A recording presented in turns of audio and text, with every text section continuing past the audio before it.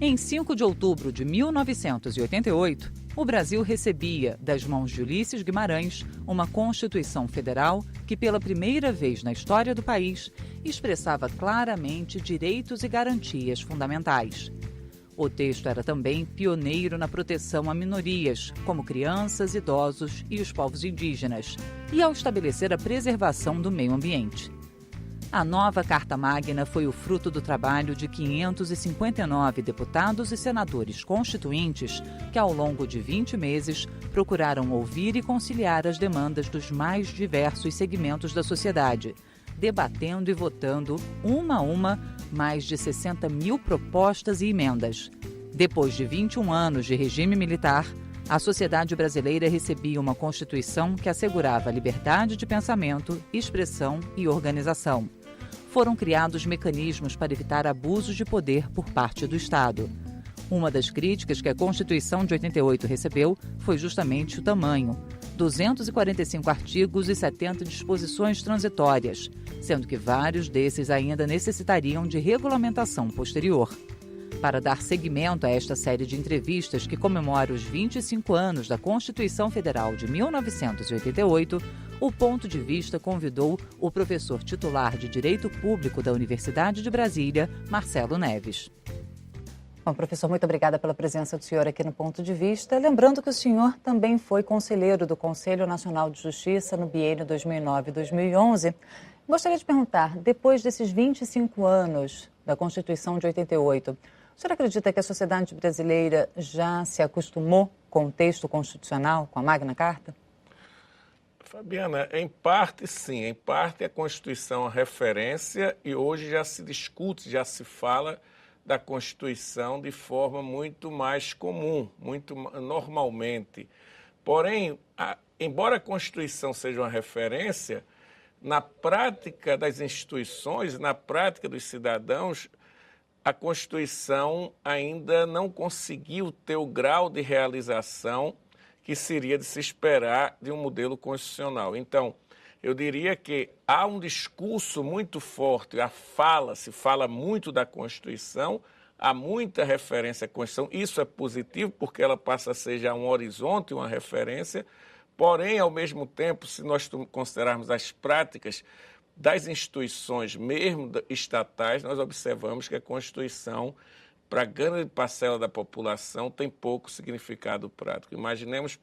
Pensemos, por exemplo, na questão da polícia, da atuação policial hoje no Brasil. Nós sabemos que ela se desvia muito dos critérios mínimos de legalidade e, portanto, de constitucionalidade. Se a gente toma, por exemplo, uma ficção como o filme Tropa de Elite, nós vamos observar que a ficção talvez seja menor, quer dizer, menos forte do que a própria realidade. Na esfera das penitenciárias, por exemplo, o direito dos presos não são respeitados a dados do CNJ e muitas vezes são tratados como animais. Então, ao mesmo tempo que a Constituição tem um papel importante, foi importante para superar o regime autoritário, ela tem um déficit de realização.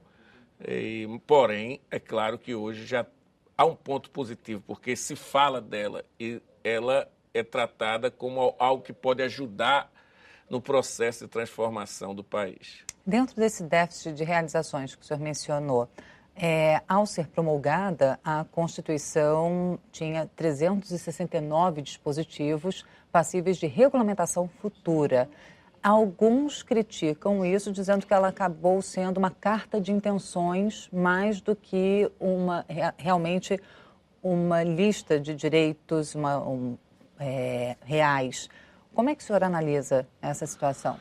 Me parece que uma das características do constitucionalismo brasileiro, já o de 46 também, depois do regime militar, é deixar para o futuro.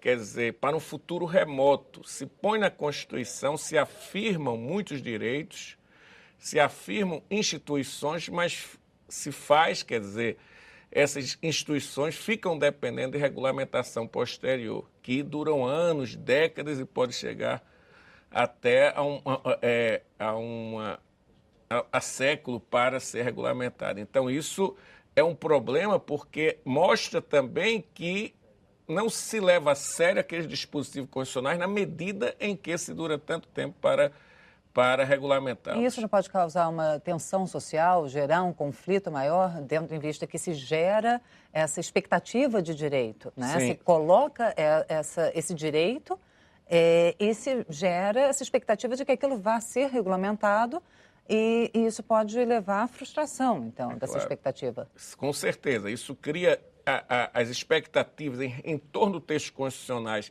Elas não são realizadas, especialmente porque não há devida regulamentação e muitas vezes essa situação leva a distorções, como, por exemplo, no caso do funcionalismo público, da greve prevista constitucionalmente, porém o legislador não exerceu sua função de regulamentá-la. E o Supremo terminou regulamentando sem a devida legitimidade para isso, porque o Supremo não teria legitimidade democrática. Mas diante da omissão, diante da falta de atuação do legislador, atua um órgão judiciário que tem um papel mais importante em outras áreas como um legislador positivo. Isso, de certa maneira, é negativo. O acórdão do Supremo que trata do direito de greve dos funcionários públicos é praticamente uma estrutura de uma lei. Entendeu? Isso é muito negativo para o processo de legitimação democrática. Ou seja, além da possibilidade de conflito social entre aqueles que têm a expectativa do direito a ser regulamentado, ainda há possibilidade de um conflito entre as instituições. Entre os poderes. Então, isso ocorre frequentemente diante da relação entre judiciário e legislativo. Portanto, a falta de regulamentação é muito negativa e, de certa maneira, aponta para uma falta de cuidado, o não levar suficientemente a sério a Constituição. Quer dizer, a Constituição não é tomada como deveria ser considerada pelos poderes públicos e, nesse sentido, se leva para o futuro, se adia permanentemente a regulamentação. Na questão, por exemplo, federativa, quer dizer, há um modelo brasileiro de dispositivos constitucionais que falam do Finanzausgleich, que é uma linguagem alemã, quer dizer, compensação financeira. Esse instrumento é um instrumento para possibilitar a desigualdade, redução das desigualdades regionais, que também está prevista na Constituição. Porém, não há os mecanismos adequados, não há legislação adequada, embora prevista constitucionalmente.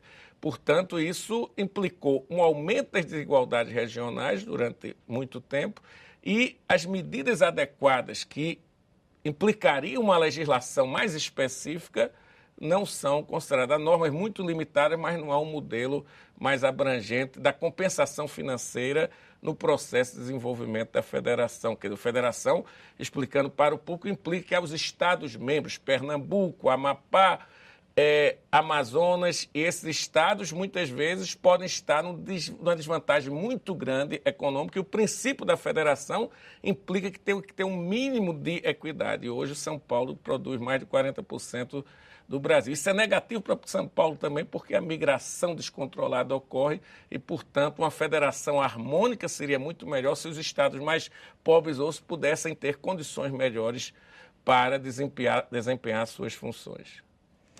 O Ponto de Vista conversa hoje com o professor de Direito Público da Universidade de Brasília, Marcelo Neves, sobre os 25 anos da Constituição de 1988. Professor, a Constituição de 88 discorre sobre os direitos individuais, as garantias fundamentais e inova ao tratar, por exemplo, do meio ambiente, dos direitos das crianças e dos idosos e também dos direitos dos índios. Uma das críticas que se faz é que ela trata de muitos direitos, ela é muito minuciosa. O que, na opinião do senhor, deveria ter ficado de fora, não deveria ter entrado na Constituição? Há alguma coisa? Eu penso que, evidentemente, no momento que surge a Constituição, a Constituinte de 87, 88, havia uma demanda na sociedade civil muito grande por regulamentação. Então, diversos grupos se articularam e é como se pudéssemos resolver todos os problemas do país mediante a Constituição. Mas a Constituição não serve para isso. A Constituição ela tem que ser um horizonte para possibilitar a discussão pública e a solução dos problemas. Portanto, esse detalhismo excessivo que alguns defendem, como o eminente jurista Miguel Seabra Fagundes, que ele dizia que no país como o nosso, que ele usava a linguagem em desenvolvimento, ele falava, é fundamental uma legislação, uma Constituição mais detalhista, porque nós precisamos transformar o país. E outros sustentavam que é negativo porque engessa o desenvolvimento da discussão pública. Eu penso que, evidentemente, a diferença entre a Constituição de um país como os Estados Unidos e um país europeu, isso é natural que nós podemos ter soluções diversas.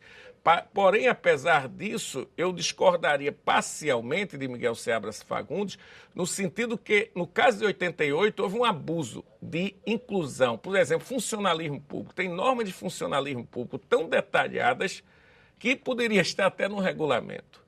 E, nesse sentido, me parece que essas normas não precisariam estar na Constituição. Mas normas genéricas sobre funcionalismo público seria importante, mas não todo detalhamento. Alguns colegas dizem, não, mas funcionalismo público tem muita corrupção, tem muita forma de entrar irregularmente, mas poderia ter um guarda-chuva, uma lei complementar adequada dos funcionários públicos que teria uma função muito mais de plasticidade e de capacidade de transformação de acordo com as necessidades. Quando você põe na Constituição, isso dificulta muito a transformação conforme novas realidades.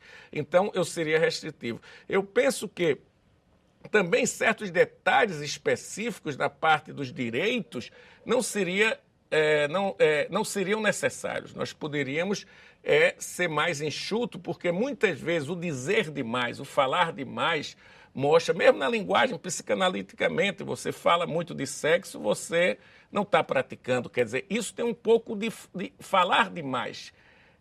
Contar demais não significa que há uma predisposição para realizar aquilo. Portanto, eu acho que mesmo nos direitos sociais, embora eu seja muito, vamos dizer, à esquerda e muito mais a favor de uma postura socialista, eu diria que esse abuso de direitos sociais e de direitos em geral e de proteção, e sim, de proteção ao ambiente na Constituição, pode ter efeitos negativos, porque pode se perder a credibilidade na própria Constituição. Então, nós temos que ser parcimonioso e cuidadoso do que põe na Constituição para ela ser levada a sério. Então, nesse sentido, é que eu teria mais cuidado em dizer que muita coisa poderia ser mais enxuta, embora mais enxuta, mas mais respeitável e mais forte na sua atuação. Professor, eu quero saber agora, na opinião do senhor, se faltou alguma coisa, mas eu vou pedir que o senhor dê a sua resposta dentro de alguns minutos. O Ponto de Vista faz um rápido intervalo e volta em instantes.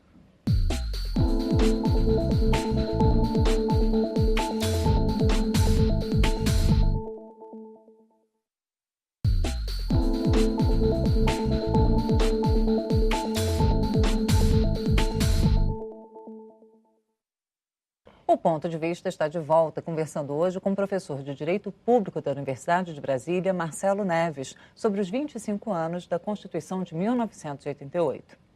Professor, nós estávamos conversando sobre o que tinha entrado de excesso na Constituição de 88. Gostaria de perguntar, na opinião do senhor, alguma coisa ficou de fora e mereceria ter sido tratada na Constituinte de 87 e 88? É muito difícil falar isso objetivamente. Evidentemente, houve algumas emendas constitucionais, como a emenda à reforma do Judiciário, que trouxe o Conselho Nacional de Justiça, que inicialmente não está na Constituição. E eu penso, o mecanismo de controle dos órgãos públicos são importantes, né? Da qual o senhor fez parte no biênio 2009-2011. Então, acho que o CNJ foi uma conquista posterior a 88 e eu tenho uma certa simpatia em face do controle dos poderes públicos sobre a instituição do recall, que existe em alguns países, especialmente nos Estados Unidos, para cargos locais. O recall é a revogação do mandato, quer dizer, postura da própria população em face da atuação de um político ou de alguém que tenha cargo público, de revogar aquilo, que é como se fosse uma cassação feita a partir da própria população. Eu penso que seria difícil no Brasil implantar, mas talvez fosse possível a imaginação constitucional brasileira ter criado alguma coisa, porque muitas vezes a cassação, como aqui na Câmara ocorreu, fica dificultada por causa de um certo corporativismo e boas relações entre os parlamentares.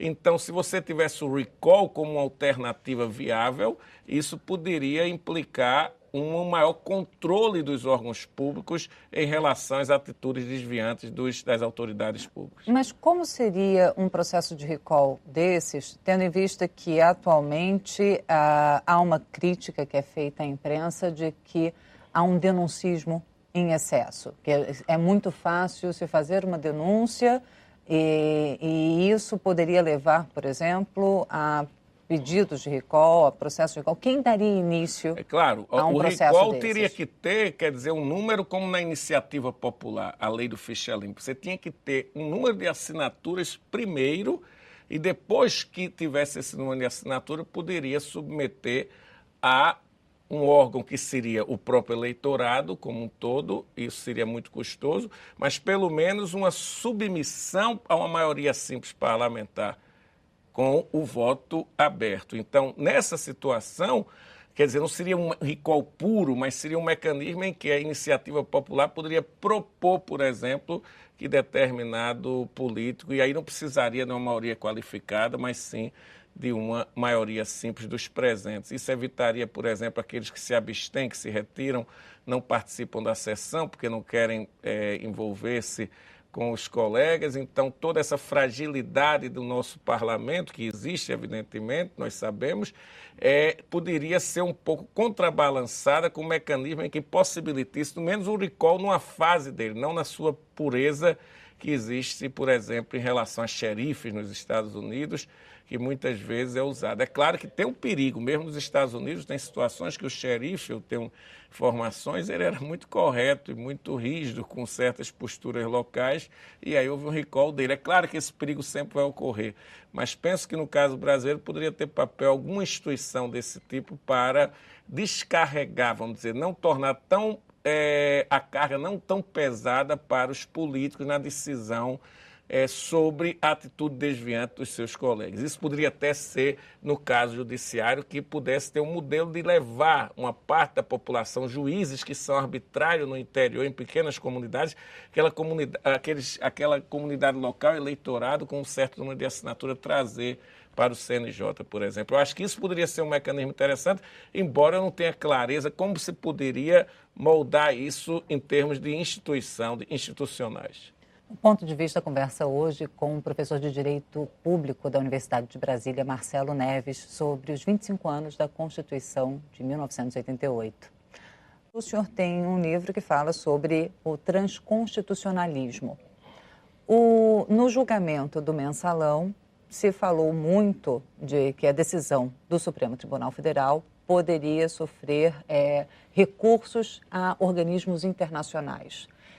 E também, na questão indígena, há uma proposta de emenda à Constituição que prevê, se for aprovada, que o Congresso Nacional teria a última palavra sobre demarcação de terras indígenas, o que hoje, pela Constituição, é atribuição do Poder Executivo. Como fica, de acordo com essa teoria do senhor, do transconstitucionalismo, essa questão de soberania nacional, soberania da Constituição?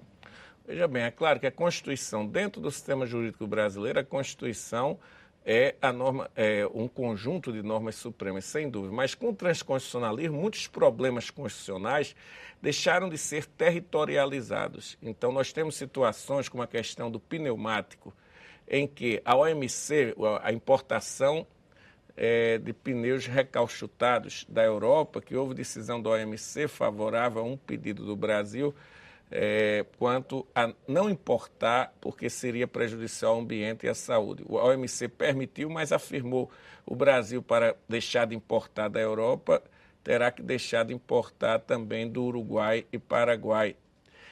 E o Mercosul tinha uma decisão contrária. O Brasil, pelo acordo do Mercosul de relações econômicas, teria que importar. Então você tinha OMC, Mercosul, Supremo Tribunal do Brasil, Justiça do Uruguai, Justiça do Paraguai. E quando chega ao Supremo, tem que haver uma certa compreensão que nossa Constituição tem que ser interpretada à luz dessas outras ordens jurídicas. Tem que haver um diálogo transconstitucional ou uma perspectiva de aprendizado para que a nossa identidade constitucional ela seja moldada na interpretação a partir de outras ordens jurídicas. Então, a identidade constitucional, como a nossa identidade concreta na interação, você e seu marido, a identidade sua não é pura, você se modifica para conviver com o seu marido em face do problema comum que vocês têm que enfrentar. Quando o problema não é só brasileiro, mas é um problema que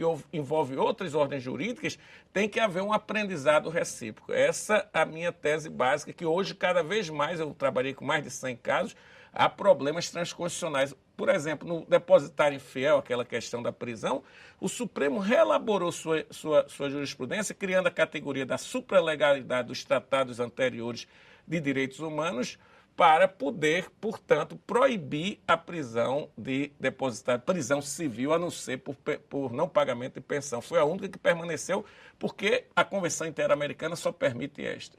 Então, houve uma mudança de jurisprudencial, uma mudança da autocompreensão constitucional, como nós mesmos lemos nossa Constituição a partir de outras ordens jurídicas. Não é negar a Constituição, é torná-la mais plástica na relação, mais adequada na relação com outras ordens jurídicas, porque cada vez mais vamos ter problemas desse tipo. Problemas jurídicos que são desterritorializados, por exemplo, na área da internet. Se o Brasil quiser resolver um problema apenas de acordo com sua ordem jurídica, uma questão de internet que envolve um mundo virtual que nós não sabemos nem de territorialidade, nós estaremos perdidos, nós não vamos resolver isso. Então, nesse sentido, é a ideia do transconstitucionalismo. E na questão indígena também, a questão indígena exige uma certa maleabilidade, porque se nós partirmos de uma rigidez constitucional para tratar da questão indígena, eles têm formas diferentes de vida e muitas vezes são grupos isolados, às vezes praticam algo que é criminoso para nós. Mas não podemos colocar todos esses grupos com a rigidez constitucional na prisão, porque tem que haver um aprendizado e compreender que eles têm o ritmo dele, como dizia o Darcy Ribeiro. Portanto, é nesse sentido não negar a nossa Constituição, mas mostrar que a identidade da Constituição depende hoje também de uma relação com outras ordens jurídicas, entendeu? Então, esse seria o... E quanto ao Congresso regular, eu acho um pouco problemático no seguinte sentido. Se se trata de uma questão de direitos dos povos indígenas, a questão sendo primariamente de direitos, o problema tem que ser tratado por um órgão primariamente jurídico. Então, se você põe para o Congresso trabalhar em termos primariamente políticos, né, primariamente, em primeiro lugar político, isso pode levar a distorções no próprio de respeito ao que estabeleceu a Constituição. Aí surgem novos conflitos que o Supremo vai declarar inconstitucionalidade e aí penso que não vale a pena, neste momento, onde as questões já foram tratadas pelo Supremo, retomar o tema pelo Congresso Nacional, porque isso vai fortificar o conflito entre os poderes. Professor Marcelo Neves, dentro dessa questão de adequação, tanto do próprio Judiciário, do próprio Supremo, ao julgar as questões constitucionais, o senhor acredita que é necessária uma revisão constitucional, uma nova revisão constitucional ou uma nova constituinte para adequar a Constituição brasileira a esse novo cenário internacional? Eu penso que não, necessariamente não, porque nesse momento atual, uma revisão constitucional, um poder constituinte seria muito... ele teria um efeito perturbador demais para a nossa vida política. Nós estamos num momento que nós temos que pensar muito mais em concretização constitucional, em encontrar os modos para fortificar e não se preocupar tanto com emendas constitucionais, com transformações de texto constitucional. O mais importante agora é a imaginação política e jurídica de como nós podemos fortificar os mecanismos de implementação, regulamentação legislativa de matérias não regulamentadas, criar no plano das políticas públicas modelos de implementação constitucional. Eu acho muito mais importante a preocupação com a efetivação, com a eficácia constitucional, com todos os defeitos, e para mim é secundário. Não é que a gente que nós não possamos fazer emendas, mas o excesso de emendas também mostra uma certa incapacidade de implementação da Constituição. Se todo programa de governo é um programa de reforma constitucional, isso significa que está distorcido. A Constituição deixa ser o horizonte da ação e das expectativas político-jurídicas. Ela passa a ser um instrumento permanente de política de governo.